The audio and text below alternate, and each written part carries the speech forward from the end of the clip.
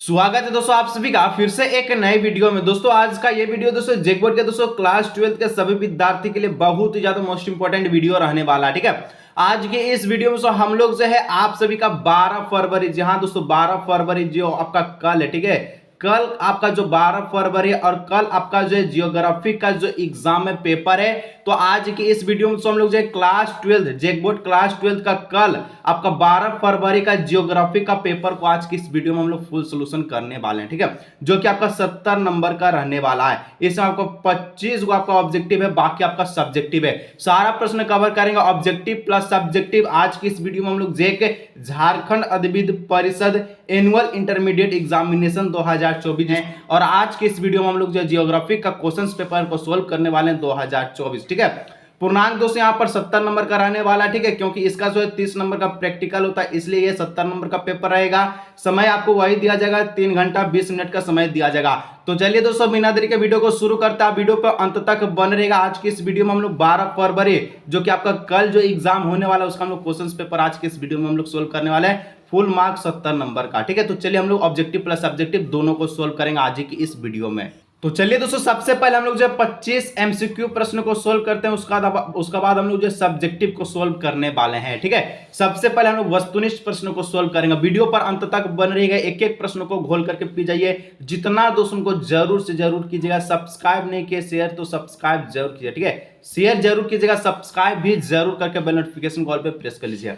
सबसे पहला प्रश्न कहता है मानव भूगोल क्रियाशील मानव और अस्थायी पृथ्वी के परिवर्तनशील संबंधों का अध्ययन है। यह कथन किसका है? ठीक है, यह किसने कहा है कि मानव भूगोल क्रियाशील मानव और अस्थायी पृथ्वी के परिवर्तनशील संबंधों का अध्ययन है? यह कौन कहा है दोस्तों, यहां पर आपसे पूछा है। ठीक है, तो यहां पर इसका जो ऑप्शन नंबर है, ऑप्शन नंबर 20 का हो जाएगा। कुमारी सिंपल का कथन है कि मानव भूगोल क्रियाशील मानव और अस्थायी पृथ्वी के परिवर्तन संबंधों का अध्ययन है। ठीक है, चलिए आगे दोस्तों नेक्स्ट हम लोग बढ़ते हैं। तो 2 नंबर प्रश्न पूछा है, निम्नलिखित में से कौन सा एक विरल जनसंख्या वाला क्षेत्र नहीं है? विरल जनसंख्या वाला क्षेत्र कौन नहीं है? अटाकामा, ठीक है, और भूमध्य सागर प्रदेश, ध्रुवीय प्रदेश, तीनों का तीनों आपका जनसंख्या वाला क्षेत्र है। ठीक है, विरल जनसंख्या वाला क्षेत्र है, लेकिन दक्षिण पूर्व एशिया नहीं है। तो ऑप्शन नंबर सी इसका हो जाएगा करेक्ट ऑप्शन।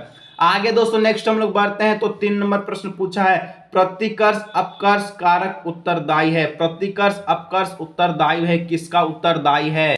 तो दोस्तों इसका जो करेक्ट ऑप्शन हो जाएगा प्रतिकर्ष प्रभाव के लिए उत्तरदायी है। ठीक है, पहला ऑप्शन इसका जो करेक्ट ऑप्शन हो जाएगा। ठीक है, देख लीजिए हिंदी प्लस इंग्लिश दोनों में जिस प्रकार से आपका क्वेश्चन पेपर में हिंदी प्लस इंग्लिश रहता है। ठीक है, 4 नंबर, सबसे कम लिंगानुपात किस देश का है? यहाँ पर इंग्लिश वाले बच्चे अपने देखते चलिएगा, आपका ऑप्शन भी इंग्लिश में आप मिलाते चलिएगा। ठीक है, तो which country has the lowest, ठीक है, रेशियो। ठीक है, तो यहाँ पर दोस्तों सबसे कम लिंगानुपात किस देश का है? तो 4 का जो करेक्ट ऑप्शन है वो जो ऑप्शन नंबर ए लाटविया, जो कि दोस्तों इसका जो है 84.831% है। ठीक है, चलिए आगे दोस्तों नेक्स्ट हम लोग बढ़ते हैं। तो 5 नंबर का प्रश्न कहता है मानव विकास की अवधारणा निम्न में से किस विद्वान की देन है? मानव विकास की अवधारणा किसका देन है दोस्तों, कौन विद्वान का देन है? ऑप्शन का था प्रोफेसर अमर्त्य सेन, ठीक है, डॉक्टर महबूब उल हक, या फिर दोस्तों यहां पर ऑप्शन नंबर सी या फिर ऑप्शन नंबर डी। तो ऑप्शन नंबर बी हो जाएगा डॉक्टर महबूब उल हक। ठीक है, चलिए आगे दोस्तों नेक्स्ट हम लोग बढ़ते हैं। तो 6 नंबर प्रश्न पूछा है, निम्न में से कौन सा रोपण कृषि नहीं है? रोपण कृषि दोस्तों हम लोग कहते हैं जो कि रोपा जाता है, जो कि पिया जाता है, जैसे कॉफी, गन्ना, रबर, ये तीनों का रोपण कृषि है। लेकिन आपका सी ऑप्शन जो है गेहूं रोपण कृषि नहीं है, ये आपका रबी फसल है। कौन फसल है? रबी फसल है। ठीक है, चलिए आगे दोस्तों हम लोग नेक्स्ट बढ़ते हैं। 7 नंबर प्रश्न पूछा है, निम्न में से किस में उच्चतम साक्षरता दर है? सबसे साक्षरता दर, साक्षरता दर का मतलब होता है पढ़ा लिखा। क्या होता है? साक्षरता दर का मतलब होता है पढ़ा लिखा। ठीक है, तो 7 का जो करेक्ट ऑप्शन है दोस्तों वो हो जाएगा आप सभी का क्या हो जाएगा? ऑप्शन नंबर ए लक्षद्वीप, इसका हो जाएगा करेक्ट ऑप्शन। ठीक है, लक्षद्वीप में उच्चतम साक्षरता है, सबसे ज्यादा पढ़ा लिखा है। ठीक है, राज्य का आपका केरल हो जाएगा, लेकिन क्या है? द्वीप है, तो द्वीप का बाद में लक्षद्वीप आता है। ठीक है, 8 नंबर, सन 2011 की जनगणना के अनुसार भारत की जनसंख्या कितनी थी? 2011 के अनुसार भारत का जनसंख्या कितना है आपसे पूछा है। तो 8 का जो करेक्ट ऑप्शन दोस्तों ये हो जाएगा 121.01 करोड़। ठीक है, यहां पर जो ऑप्शन नंबर जो बी है, ऑप्शन नंबर बी इसका हो जाएगा करेक्ट ऑप्शन। ठीक है, चलिए आगे दोस्तों नेक्स्ट हम लोग बढ़ते हैं 9 नंबर। नई औद्योगिक नीति की घोषणा कब की गई? नई औद्योगिक नीति का जो घोषणा है, when was the new industrial policy, ठीक है, अनाउंस्ड। तो 9 का जो करेक्ट ऑप्शन है, ऑप्शन नंबर दोस्तों यहाँ पर बी जो है 1991 इसका हो जाएगा करेक्ट ऑप्शन 1951। ठीक है, चलिए 91। नेक्स्ट दोस्तों आपका 10 नंबर प्रश्न बोल रहा है, निम्नलिखित में से कौन सा नदी के तट पर अवस्थित नहीं है? निम्न में से कौन सा नदी के तट पर अवस्थित नहीं है? कोलकाता, आगरा, पटना, यह नदी के तट पर स्थित है लेकिन भोपाल नहीं है। ऑप्शन नंबर सी इसका हो जाएगा करेक्ट ऑप्शन। ठीक है, 11 नंबर, शुष्क कृषि में निम्न में से कौन सी फसलें नहीं बोई जाती? शुष्क कृषि गर्मी के महीने में कौन सा फसल नहीं बोया जाता है? ठीक है, क्या रागी, ज्वार, मूंगफली या फिर गन्ना? तो 11 का जो correct option, option number D हो जाएगा गन्ना, इसका जो है करेक्ट ऑप्शन। ठीक है, चलिए आगे दोस्तों नेक्स्ट बढ़ते। सब्सक्राइब नहीं किए दोस्तों, सब्सक्राइब जरूर से जरूर कर लीजिएगा। आगे बढ़ते नेक्स्ट प्रश्न। ठीक है, सब्जेक्टिव आज की इस वीडियो में हम लोग सोल्व करने वाले 70 में 70 का। ठीक है, चलिए 12 नंबर, भारत में नदी द्रोणी में उपभोग योग्य जल सर्वाधिक निम्न में से किस में है? ठीक है, तो यहाँ पर जो 12 का जो करेक्ट ऑप्शन क्या हो जाएगा? इंग्लिश वाले अपना पढ़ते चलिएगा, अपना मिलाते चलिएगा। ठीक है, तो 12 का जो correct option, option number A हो जाएगा सिंधु। ठीक है, सिंधु इसका हो जाएगा करेक्ट ऑप्शन। ठीक है, चलिए आगे 13 नंबर दोस्तों बोलता है, हीराकुंड डैम किस नदी पर बनाई गई है? तो हीराकुंड से नाम याद रखिएगा, हीराकुंड, कुंड से याद रखिएगा महानदी। ठीक है, क्या याद रखना है? Mahanadi. Hirakud dam is build on which river? तो ऑप्शन नंबर बी महानदी। ठीक है, चलिए आगे दोस्तों नेक्स्ट बढ़ते हैं। 14 नंबर प्रश्न कहता है, वर्ष 2011 के अनुसार 50 लाख से अधिक जनसंख्या वाला नगर निम्न में से कौन सा है? वर्ष 2011 के अनुसार 50 लाख से अधिक जनसंख्या वाला नगर निम्न में से कौन है? ऑप्शन है पुणे, सूरत, पटना, रांची। तो 14 का जो correct option, option number A हो जाएगा पुणे, इसका करेक्ट ऑप्शन। ठीक है, आगे बढ़ते हैं। 15 नंबर का प्रश्न बोला है कि चलवासी पशुचारण करने वाली जनजाति कौन सी है? चलवासी पशुचारण करने वाली जनजाति कौन है? पिग्मी, मसाई, युकागिर, ठीक है, पापुआन। तो इसका ऑप्शन नंबर बी हो जाएगा मसाई, इसका जो है करेक्ट ऑप्शन हो जाएगा। नेक्स्ट दोस्तों आपसे 16 नंबर प्रश्न पूछ रहा है, विश्व में सर्वाधिक जनसंख्या केंद्रित है? ठीक है, विश्व में सर्वाधिक जनसंख्या केंद्रित है कहां पर? तो 16 का जो करेक्ट ऑप्शन है, लार्जेस्ट पॉपुलेशन, ठीक है, कंस्ट्रक्शन इन वर्ल्ड। 16 का जो correct option, option number B हो जाएगा मैदान में, क्योंकि मैदानी भाग में ज्यादा लोग रहता है, क्योंकि मैदानी भाग समतल भूमि रहता है। ठीक है, पर्वत ऊपर खाबर, पठार ऊपर खाबर रहता है, मरुभूमि में रेत रहित ही रहता है, खाली बालू ही बालू। तो ऑप्शन नंबर बी हो जाएगा, हम और आप जहां रहते उसको मैदानी क्षेत्र कहते हैं। ठीक है, चलिए 17 नंबर कहता है, निम्नलिखित में से किसने संयुक्त अरब अमीरात के लिंग अनुपात को निम्न कहा है? कौन का निम्न माने कम कहा है, कौन कहा है दोस्तों? ठीक है, तो 17 का जो करेक्ट ऑप्शन है, ऑप्शन नंबर ए, पुरुषों कार्यशील जनसंख्या का चयनित प्रभाव। ठीक है, चलिए लिंग किया है। ठीक है, तो ऑप्शन नंबर ए हो जाएगा। ठीक है, चलिए निम्न किया था, ऑप्शन नंबर दोस्तों ए हो गया। 18 नंबर का प्रश्न कहता है, निम्नलिखित में से कौन सा देश उच्चतम मानव विकास वाला है? कौन देश दोस्तों उच्चतम मानव विकास वाला है? 18 का क्या हो जाएगा? दक्षिण अफ्रीका, भारत, चीन, Norway. Option number D Norway को टिक कीजिए, एग्जाम में तहलका मचा के आई है 12 फरवरी भूगोल के पेपर में। ठीक है, चलिए आगे दोस्तों नेक्स्ट बढ़ते हैं। तो 19 नंबर प्रश्न कहता है कि निम्न प्रदेशों में से किसमें विस्तृत वाणिज्यिक अनाज कृषि नहीं की जाती है? तो 19 का जो करेक्ट ऑप्शन क्या हो जाएगा? प्रेरी क्षेत्र, पंपास क्षेत्र, स्टेपी क्षेत्र या फिर अमेजन क्षेत्र। तो ऑप्शन नंबर डी अमेजन क्षेत्र इसका जो करेक्ट ऑप्शन हो जाएगा कि अमेजन में सिर्फ और सिर्फ जंगल रहता है। ठीक है, चलिए आगे 20 नंबर का था, भारत का प्रति वर्ग किलोमीटर जनघनत्व वर्ष 2011 के अनुसार कितना है? भारत का प्रति वर्ग किलोमीटर जनघनत्व वर्ष 2011 के अनुसार बताना है, क्या हो जाएगा? तो 20 का जो करेक्ट ऑप्शन है 382। ठीक है, जो कि ऑप्शन नंबर डी दिख रहा है, तो ऑप्शन नंबर डी इसका हो जाएगा करेक्ट ऑप्शन।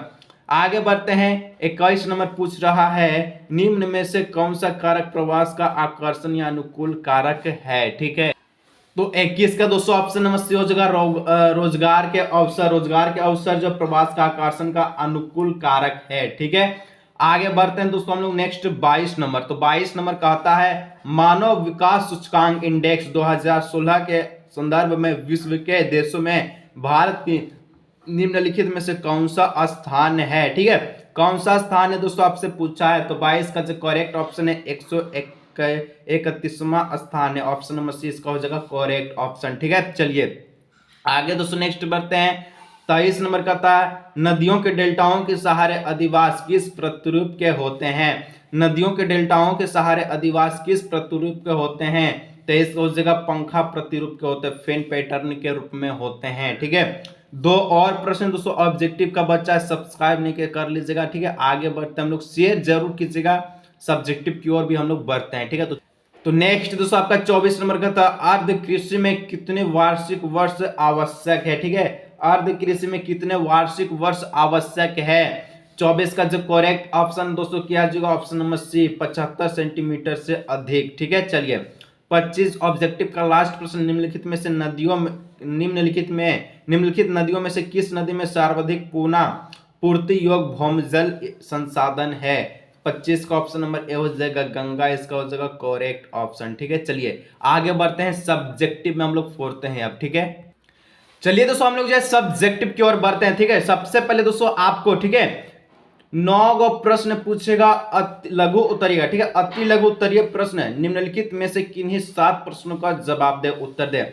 9 गो पूछेगा, 7 गो का जवाब देना है। सबसे पहले हम लोग अति लघु उत्तरीय प्रश्न को सोल्व करते हैं। 9 हम लोग सोल्व करेंगे, आप 7 गो एग्जाम में लिखिएगा, ठीक है। चलिए 26 नंबर, संभववाद क्या है, ठीक है। संभववाद क्या है, तो संभववाद क्या है दोस्तों आपसे पूछा है। संभववाद विचारधारा के अनुसार मनुष्य अपने परिवर्तन, ठीक है, अपने पर्यावरण में परिवर्तन करने में समर्थ है तथा वह प्रकृति प्रदत्त अनेक संभावनाओं का इच्छानुसार अपने लाभ के लिए उपयोग करता है, संभववाद कहलाता है, ठीक है। चलिए आगे दोस्तों नेक्स्ट बढ़ते हैं हम लोग। 27 नंबर, जनसंख्या वृद्धि को परिभाषित करें। तो किस कारण से जनसंख्या वृद्धि हो रहा है उसके बारे में बताना है, ठीक है। लिखना, जनसंख्या वृद्धि किसी भी क्षेत्र में लोगों की जनसंख्या बढ़ाने को कहा जाता है। जनसंख्या वृद्धि किसी भी क्षेत्र में, ठीक है, किसी भी क्षेत्र में, इलाके में जनसंख्या बढ़ाने को जनसंख्या वृद्धि कहा जाता है। आगे बढ़ते हैं दोस्तों 28 नंबर, कहता गहन कृषि किसे कहते हैं, ठीक है। गहन कृषि किसे कहते हैं। आंसर, गहन कृषि या सघन कृषि जीविका कृषि का एक प्रकार है। गहन बोले या फिर आपका सघन बोले, ठीक है, जो कि जीविका कृषि का प्रकार है, जिसे भूमि पर अत्यधिक जनसंख्या वाले क्षेत्र में किया जाता है। जहां पर सबसे ज्यादा जनसंख्या रहता है वहां पर ही गहन कृषि किया जाता है, जीविका कृषि जिसको हम लोग बोलते हैं, ठीक है। आगे दोस्तों नेक्स्ट बढ़ते हैं 29 नंबर, विनिर्माण उद्योग से आप क्या समझते हैं। विनिर्माण माने फिर से इसका निर्माण करना, ठीक है। तो यहाँ पर जैसे हम लिखे हैं आंसर में, कच्चे पदार्थ को मूल्यवान उत्पाद में परिवर्तित कर, ठीक है, अधिक मात्रा में वस्तुओं के उत्पादन को विनिर्माण या वस्तु निर्माण कहा जाता है। कच्चे माल को मूल्यवान उत्पादन में परिवर्तित कर, जो भी कच्चा माल होता है इसको पकाने योग्य, ठीक है, बेचने योग्य उत्पादित करता है, जिसको वस्तुओं के उत्पादन को विनिर्माण कहते हैं या फिर वस्तु निर्माण भी हम लोग कहते हैं, ठीक है।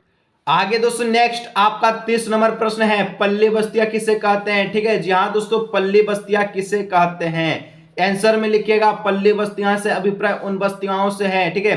पल्ली बस्तियां से अभिप्राय उन बस्तियां से जो भौतिक रूप से अनेक इकाइयों में बढ़ जाती है, लेकिन उन सभी इकाइयों का नाम एक ही रहता है। पल्ली बस्तियां उसे कहते हैं जो बस्तियां भौतिक रूप से अनेक इकाइयों में बढ़ जाता है, अलग अलग इकाइयों में बढ़ जाता है, ठीक है, जिसमें दोस्तों लेकिन उन सभी इकाइयों का नाम एक ही रहता है, ठीक है। अलग बढ़े चाहे कितना बढ़े, नाम एक ही रहेगा, ठीक है। चलिए आगे बढ़ते हैं। 31 नंबर प्रश्न पूछ रहा है, सतत पोषणीय विकास क्या है। सतत पोषणीय विकास क्या है। आंसर, यह आर्थिक विकास की प्रक्रिया है जिसका उद्देश्य प्राकृतिक संसाधनों तथा पर्यावरण के में बिना किसी हानि के परिवर्तन तथा मनुष्य पीढ़ियों दोनों के जीवन का गुणवत्ता बनाए रखता है। सतत पोषणीय विकास करता है। इसका मतलब दोस्तों होता है कि जो वर्तमान में जो कार्य किया जा रहा है, ठीक है, वर्तमान में, तो ये भविष्य, आने वाले भविष्य तक के कार्य रहेगा, उसको सतत विकास कहते हैं, ठीक है। जो बोले वो भी लिख दीजिएगा, नंबर फुल में फुल 2 में से 2 नंबर मिलेगा, ठीक है। चलिए आगे नेक्स्ट बढ़ते हैं 32, ऋतु प्रवास क्या है, ठीक है। ऋतु प्रवास क्या है दोस्तों। आंसर, ऋतु प्रवास एक प्रकार का पशुचारण या खानाबदोश है, ठीक है, जो निश्चित गर्मी और सर्दियों के चारागाह के बीच पशुधन की मौसमी आवाजदेही होती है, आवाजाही होती है। ऋतु प्रकाश एक प्रकार का क्या, पशुचारण, पशुचारण जो कि खाता है चारा, ठीक है, पशु लोग, या फिर उसको खाना बादोश भी कहते हैं, जो निश्चित गर्मी और सर्दियों के चारागाह के बीच पशुधन की मौसमी आवाजाही होती है, ठीक है। चलिए, जो कि गर्मी के दिन और सर्दियों के दिन में होता है। आगे बढ़ते हैं दोस्तों, 33 नंबर कि व्यापार संतुलन से आपका क्या तात्पर्य है, ठीक है, व्यापार संतुलन क्या है, इसके बारे में आपको बताना है। आंसर, किसी भी देश के निर्यात और आयात में अंतर को व्यापार संतुलन कहते हैं। किसी भी देश के निर्यात और आयात, क्रय विक्रय की क्रिया को क्या कहते हैं, क्रय विक्रय की क्रिया को क्या कहते हैं, क्रय विक्रय की क्रिया को व्यापार संतुलन कहते हैं, ठीक है। जो बोले वो भी लिख दीजिए, कोई दिक्कत की बात नहीं है। आगे दोस्तों नेक्स्ट हम लोग बढ़ते हैं, 34 नंबर प्रश्न कहता है, औद्योगिकरण की प्रक्रिया से कौन से प्रदूषण मुख्य रूप से उत्पन्न होता है। औद्योगिक प्रक्रिया के औद्योगिकरण की प्रक्रिया से कौन सा प्रदूषण मुख्य रूप से उत्पन्न होता है, अच्छा है इसका। चलिए आंसर हम लोग देखते हैं। आगे दोस्तों नेक्स्ट हम लोग बढ़ते हैं, तो इसका आंसर में लिखिएगा 34 नंबर कि औद्योगिकरण की प्रक्रिया जो प्रदूषण से मुख्य रूप से उत्पन्न करते हैं, ठीक है। तो औद्योगिकरण क्रांति में कोयले सहित जीवाश्म ईंधन के उपयोग में वृद्धि देखी गई। औद्योगिक क्रांति में कल कारखानों में जो भी क्रांति किया जाता है, ठीक है, उसमें कोयला सहित, ठीक है, कोयले सहित जीवाश्म ईंधन जो भी जलाया जाता है उसके उपयोग में क्या क्या है, वृद्धि किया गया है। कोयला जलाने से पर्यावरण में ग्रीन हाउस गैस निकलती है जो गर्मी को रोक सकती है और वैश्विक जलवायु परिवर्तन में योगदान देती है। कोयला से जो भी धुआं निकलता है, ठीक है, जो भी गैस निकलता है वो ग्रीन हाउस गैस से निकलता है, ठीक है, जो कि गर्मी को रोकता है, ठीक है, गर्मी को रोकता है, मौसम को ठंडा बनाए रखता है, ठीक है। चलिए आगे दोस्तों नेक्स्ट हम लोग बढ़ते हैं, लघु उत्तरीय यहाँ से स्टार्ट हो चुका है, कहता है अति लघु उत्तरीय प्रश्न निम्नलिखित में से 6 प्रश्न का जवाब दें।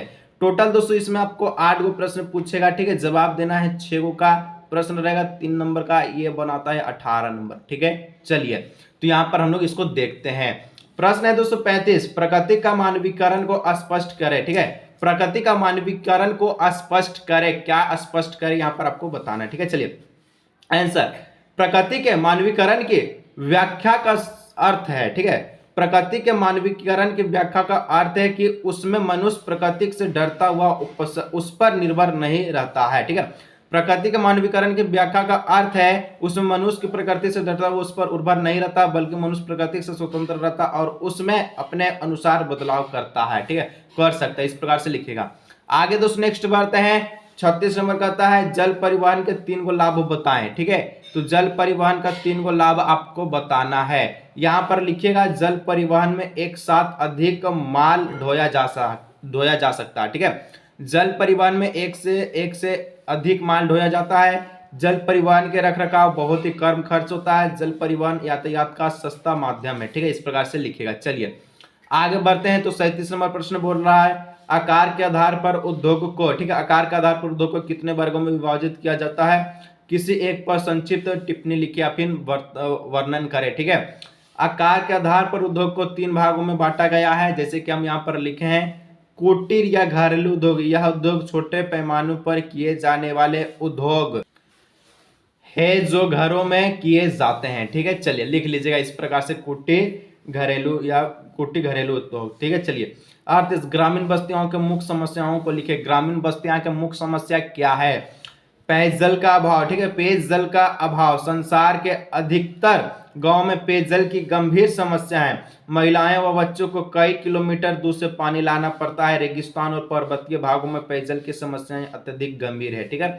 पेयजल यानी पीने योग्य पानी को लेकर दोस्तों गांव में जो है बहुत ही ज्यादा दिक्कत ही होती है, वही आपको पूछा है, ठीक है। चलिए 39 नंबर, शुष्क और आर्द्र कृषि में अंतर स्पष्ट कीजिए। शुष्क और आर्द्र, शुष्क माने गर्म, आर्द्र माने आर्द्र, ठीक है, जो कि आपका होता है। चलिए आगे यहाँ पर आंसर में लिखना है, शुष्क कृषि के फसल के लिए सिंचाई की कम आवश्यकताएं पड़ती हैं। आर्द्र कृषि में फसलों की जरूरत है, अधिक जल व वर्षा की आवश्यकताएं होती हैं, ठीक है। चलिए आगे बढ़ते हैं, 40 नंबर कहता है पवन ऊर्जा पर संक्षिप्त टिप्पणी लिखिए।